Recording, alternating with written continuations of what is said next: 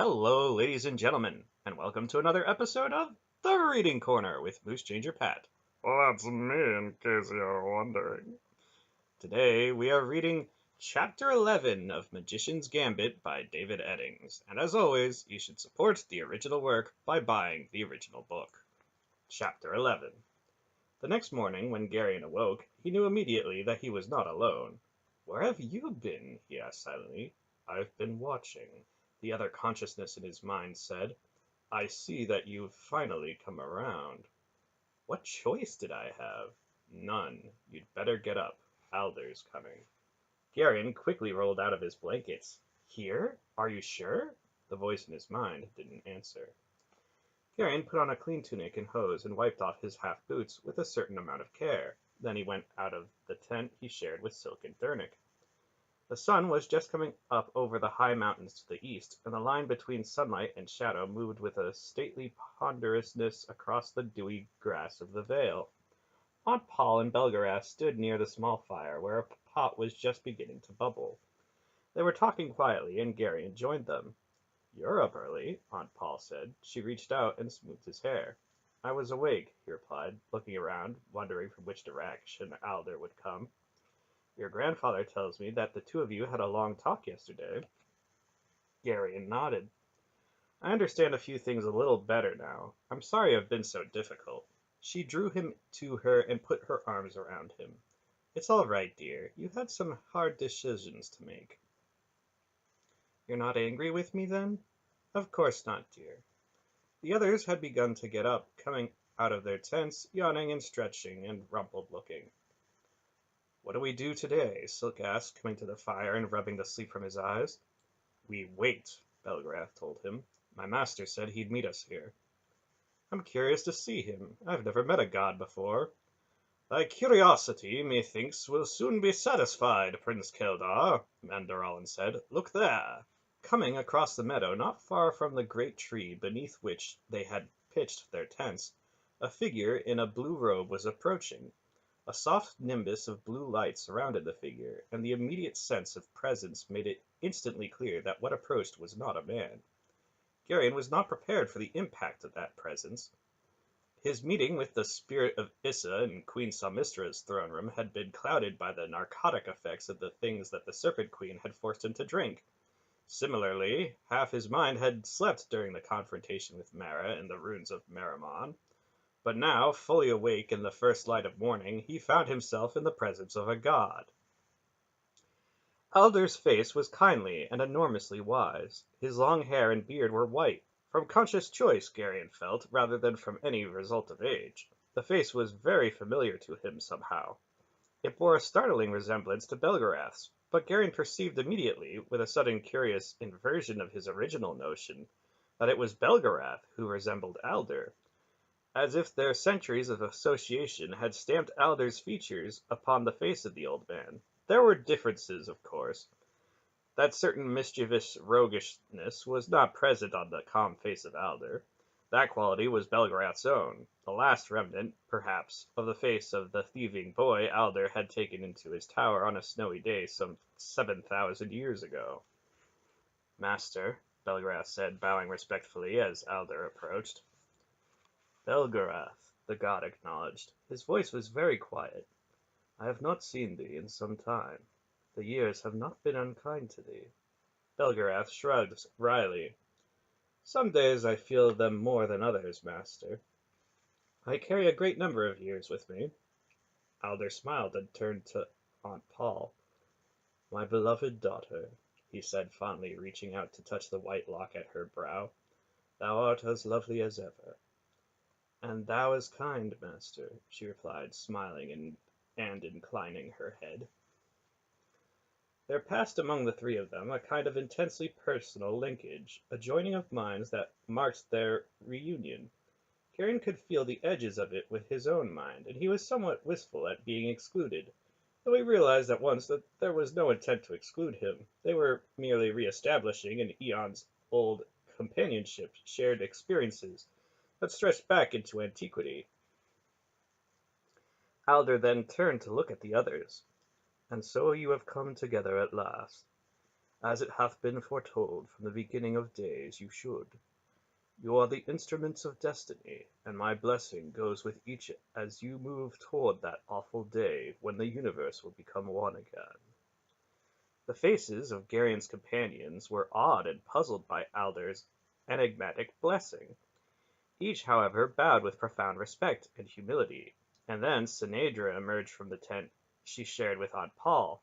The tiny girl stretched luxuriantly and ran her fingers through the tumbled mass of her flaming hair. She was dressed in a dryad tunic and sandals. "Sinedra," Aunt Paul called her, "come here." "Yes, Lady Pulgera," the little princess replied obediently. She crossed to the fire, her feet seeming barely to touch the ground. Then she saw Aldur standing with the others and stopped, her eyes wide. "This is our master, Sinedra," Aunt Paul told her. "He wanted to meet you." The princess stared at the glowing presence in confusion. Nothing in her life had prepared her for such a meeting. She lowered her eyelashes and then looked up shyly, her tiny face artfully and automatically assuming its most appealing expression. Aldur smiled gently. "She's like a flower that charms without knowing it." His eyes looked deeply into those of the princess. "There is steel in this one, however. She is fit for her task. My blessing upon thee, my child." Sinedra responded with an instinctively graceful curtsy. It was the first time Garion had ever seen her bow to anyone. Aldur turned then to look full at Garion. A brief, unspoken acknowledgment passed between the god and the consciousness that shared Garion's thoughts. There was in that momentary meeting a sense of mutual respect and of shared responsibility. And then Garion felt the massive touch of Aldur's mind upon his own, and knew that the god had instantly seen and understood his every thought and feeling. "Hail, Belgarion," Aldur said gravely. "Master," Garion replied. He dropped to one knee, not really knowing why. "We have awaited thy coming since time's beginning. Thou art the vessel of all our hopes." Aldur raised his hand. "My blessing, Belgarion. I am well pleased with thee." Garion's entire being was suffused with love and gratitude as the warmth of Aldur's benediction filled him. "Dear Pulgera," Aldur said to Aunt Paul, "thy gift to us is beyond value. Belgarion has come at last, and the world trembles at his coming." Aunt Paul bowed again. "Let us now go apart," Aldur said to Belgarath and Aunt Paul. "Your task is well begun, and I must now provide you with that instruction I promised when first I set your steps upon this path. That which was once clouded becomes clearer, and we now can see what lies before us. Let us look toward that day we have all awaited and make our preparations." The three of them moved away from the fire, and it seemed to Garion that as they went, the glowing nimbus which had surrounded Aldur now enclosed Aunt Paul and his grandfather as well. Some movement or sound distracted his eye for a moment, and when he looked back, the three had vanished. Beric let out his breath explosively. "Baylor! That was something to see!" "We have been favored, I think, beyond all men," Mandaralan said. They all stood staring at each other, caught up in the wonder of what they had just witnessed. Sinedra, however, broke the mood. "All right," she ordered peremptorily. "Don't just stand there gaping. Move away from the fire." "What are you going to do?" Garion asked her. "The Lady Pulgera is going to be busy," the little girl said loftily, "so I'm going to make breakfast." She moved toward the fire with a businesslike bustling. The bacon was not too badly burned, but Sinedra's attempt to toast slices of bread before the open fire turned out disastrously, and her porridge had lumps in it as solid as clods in the sun-baked field. Gary and the others, however, ate what she offered without comment, prudently avoiding the direct gaze she leveled at them, as if daring them to speak so much as one word of criticism. "I wonder how long they're going to be," Silk said after breakfast. "Gods, I think, have little notion of time," Beric replied sagely, stroking at his beard. "I don't expect them back until sometime this afternoon at the earliest." "It's a good time to check over the horses," Hedda decided. "Some of them have picked up a few burrs along the way, and I'd like to have a look at their hooves, just to be on the safe side." "I'll help you," Turnik offered, getting up. Hedda nodded, and the two went off to the place where the horses were pickered. And I've got a nick or two in my sword edge, Beric remembered, fishing a piece of polishing stone out of his belt and laying his heavy blade across his lap. Mandaralin went to his tent and brought out his armor. He laid it out on the ground and began a minute inspection for dents and spots of rust. Silk rattled a pair of dice hopefully in one hand, looking inquiringly at Beric. If it's all the same to you, I think I'd like to enjoy the company of my money for a while longer, the big man told him. This whole place reeks of domesticity, Silk complained. Then he sighed, put away his dice, and went to fetch a needle and thread and a tunic he'd torn on a bush up in the mountains. Sinedra had returned to her communion with the vast tree and was scampering among the branches, taking what Garion felt to be inordinate risks as she jumped from limb to limb with a cat-like unconcern. After watching her for a few moments, he fell into a kind of reverie, thinking back to that awesome meeting that morning. He had met the gods Issa and Mara already, but there was something special about Aldur. The affinity Belgarath and Aunt Paul showed so obviously for this god, who had always remained aloof from men, spoke loudly to Garion. The devotional activities of Sendaria, where he had been raised, were inclusive rather than exclusive. A good Sendar prayed impartially and honored all the gods, even Torak. Garion now, however, felt a special closeness and reverence for Aldur, and the adjustment in his theological thinking required a certain amount of thought. A twig dropped out of the tree onto his head, and he glanced up with annoyance. Sinedra grinned impishly, was directly over his head. "Boy," she said in her most superior and insulting tone, "the breakfast dishes are getting cold. The grease is going to be difficult to wash off if you let it harden." "I'm not your scullion," he told her. "Wash the dishes, Garion," she ordered him, nibbling at the tip of a lock of her hair. "Wash them yourself." She glared down at him, biting rather savagely at the unoffending lock.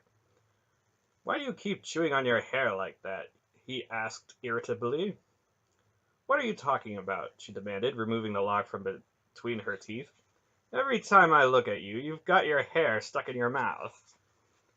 "I do not," she retorted indignantly. "Are you going to wash the dishes?" "No." He squinted up at her. The short dryad tunic she was wearing seemed to expose an unseemly amount of leg. "Why don't you put on some clothes?" he suggested. "Some of us don't appreciate the way you run around half naked all the time." The fight got underway almost immediately after that. Finally, Garion gave up his efforts to get in the last word and stamped away in disgust. "Garion!" she screamed after him. "Don't you dare go off and leave me with all these dirty dishes!" He ignored her and kept walking. After a short distance, he felt a familiar nuzzling at his elbow, and he rather absently scratched the colt's ears. The small animal quivered with delight and rubbed against him affectionately. Then, unable to restrain himself any more, the colt galloped off into the meadow to pester a family of docilely feeding rabbits. Garion found himself smiling. The morning was just too beautiful to allow the squabble with the princess to spoil it. There was, it seemed, something rather special about the Vale. The world around grew cold with the approach of winter, and was buffeted by storms and dangers, but here it seemed as if the hand of Aldur stretched protectively about them, filling this special place with warmth and peace and a kind of eternal and magical serenity. Garion, at this trying point in his life, needed all the warmth and peace he could get. There were things that had to be worked out, and he needed a time, however brief, without storms and dangers, to deal with them. He was halfway to Belgarath's tower before he realized that it had been there that he had been going all along. The tall grass was wet with dew, and his boots were soon soaked, but even that did not spoil the day. He walked around the tower several times, gazing up at it. Although he found the stone that marked the door quite easily, he decided not to open it. It would not be proper to go uninvited into the old man's tower, and beyond that he was not entirely certain that the door would respond to any voice but Belgarath's. He stopped quite suddenly at that last thought and started searching back, trying to find the exact instant when he had ceased to think of his grandfather as Mr. Wolf, and had finally accepted the fact that he was Belgarath. The changeover seemed significant, a kind of turning point. Still lost in thought, he turned then and walked across the meadow toward the large white rock the old man had pointed out to him from the tower window.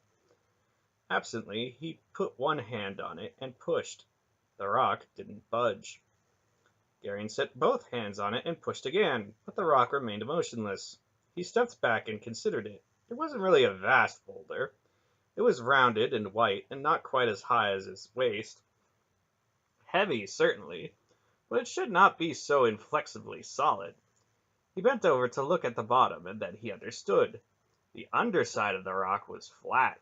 It would never roll. The only way to move it would be to lift one side and tip it over. He walked around the rock, looking at it from every angle. He judged that it was marginally movable. If he had exerted every ounce of his strength, he might be able to lift it. He sat down and looked at it, thinking hard as he sometimes did. He talked to himself, trying to lay out the problem. The first thing to do is to try to move it, he concluded. It doesn't really look totally impossible. Then if that doesn't work, we'll try it the other way. He stood up, stepped purposefully to the rock, wormed his fingers under the edge of it, and heaved. Nothing happened. Have to try a little harder, he told himself. He spread his feet and set himself. He began to lift again, straining, the cord standing out in his neck. For the space of about 10 heartbeats, he tried as hard as he could to lift a stubborn rock. Not to roll it over. He'd given that up after the first instant, but simply to make it budge, to acknowledge its existence. Though the ground was not particularly soft there, his feet actually sank a fraction of an inch or so as he strained against the rock's weight.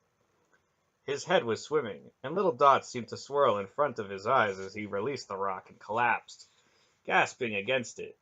He lay against the cold, gritty surface for several minutes, recovering. "All right," he said finally. "Now we know that won't work." He stepped back and sat down. Each time he'd done something with his mind before, it had been on impulse, or a response to some crisis. He had never sat down and deliberately worked himself up to it. He discovered almost at once that the entire set of circumstances was completely different. The whole world seemed suddenly filled with distractions. Birds sang, a breeze brushed his face, an ant crawled across his hand. Each time he began to bring his will to bear, something pulled his attention away. There was a certain feeling to it. He knew that a tightness in the back of his head and a sort of pushing out with his forehead. He closed his eyes, and that seemed to help. It was coming. It was slow, but he felt the will begin to build in him. Remembering something, he touched inside his tunic and put the mark on his palm against the amulet. The force within him, amplified by that touch, built to a great roaring crescendo. He kept his eyes closed and stood up. Then he opened his eyes and looked hard at the stubborn white rock. "You will move," he muttered. He kept his right hand on the amulet and held out his left hand, palm up. "Now!" he said sharply, and slowly began to raise his left hand in a lifting motion. The force within him surged, and the roaring sound inside his head became deafening. Slowly the edge of the rock came up out of the grass. Worms and burrowing grubs who had lived out their lives in the safe, comfortable darkness under the rock flinched as the morning sunlight hit them. Ponderously the rock raised, obeying Garion's inexorably lifting hand. It teetered for a second on its edge, then toppled slowly over. The exhaustion he had felt after trying to lift the rock with his back was nothing compared to the bone-deep weariness that swept over him after he let the clenching of his will relax. He folded his arms on the grass and let his head sink down on them.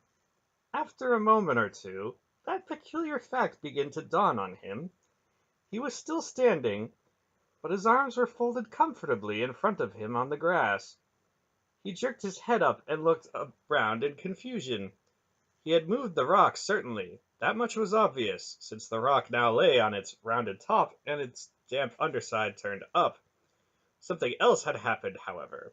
Though he had not touched the rock, its weight had none the less been upon him as he had lifted it, and the force he had directed at it had not all gone at the rock. With dismay, Garion realized that he had sunk up to his armpits in the firm soil of the meadow. Now what do I do? He asked himself helplessly. He shuddered away from the idea of once again mustering his will to pull himself out of the ground.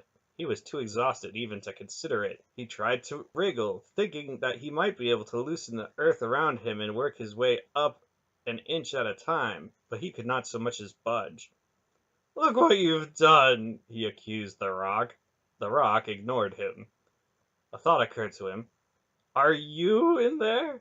He asked the awareness that seemed always to have been with him. The silence in his mind was profound. Help! He shouted. A bird, attracted by the exposed worms and bugs that had been under the rock, cocked one eye at him and then went back to its breakfast. Garion heard a light step behind him and craned around, trying to see. The colt was staring at him in amazement. Hesitantly, the small horse thrust out his nose and nuzzled Garion's face. Good horse, Garion said, relieved not to be alone at least. An idea came to him. You're going to have to go get Hedar, he told the colt. The colt pranced about and nuzzled his face again. Stop that, Garion commanded. This is serious. Cautiously, he tried to push his mind into the colt's thoughts. He tried a dozen different ways until he finally struck the right combination by sheer accident. The colt's mind flitted from here to there without purpose or pattern. It was a baby's mind, vacant of thought, receiving only sense impulses. Garion caught flickering images of green grass and running in clouds in the sky and warm milk. He also felt the sense of wonder in the little mind and the abiding love the colt had for him. Slowly, painfully, Garion began constructing a picture of Hedar in the colt's wandering thoughts. It seemed to take forever. Hedar, Garion said over and over. Go get Hedar! Tell him that I'm in trouble. The colt scampered around and came back to stick his soft nose in Garion's ear. Please pay attention, Garion said. Please! Finally, after what seemed hours, the colt seemed to understand. He went several paces away, then came back to nuzzle Garion again. Go! Get! Hedar! Garion ordered, stressing each word. The colt pawed at the ground, then turned and galloped away, going in the wrong direction. Garion started to swear. For almost a year now, he had been exposed to some of the more colorful parts of Barrack's vocabulary. After he had repeated all the phrases he remembered 6 or 8 times, he began to extemporize. A flickering thought came back to him from the now vanishing colt. The little beast was chasing butterflies. Garion pounded the ground with his fists, wanting to howl with frustration. The sun rose higher, and it started to get hot. It was early afternoon when Hedar and Silk, following the prancing little colt, found him. How in the world did you manage to do that? Silk asked curiously. I don't want to talk about it, Garion muttered, somewhere between relief and total embarrassment. He probably can do many things that we can't, Hedar observed, climbing down from his horse and untying Dernick's shovel from his saddle. The thing I can't understand, though, is why he'd want to do it. I'm positive he had a good reason for it, Silk assured him. Do you think we should ask him? It's probably very complicated, Silk replied. I'm sure simple men like you and me wouldn't be able to understand it.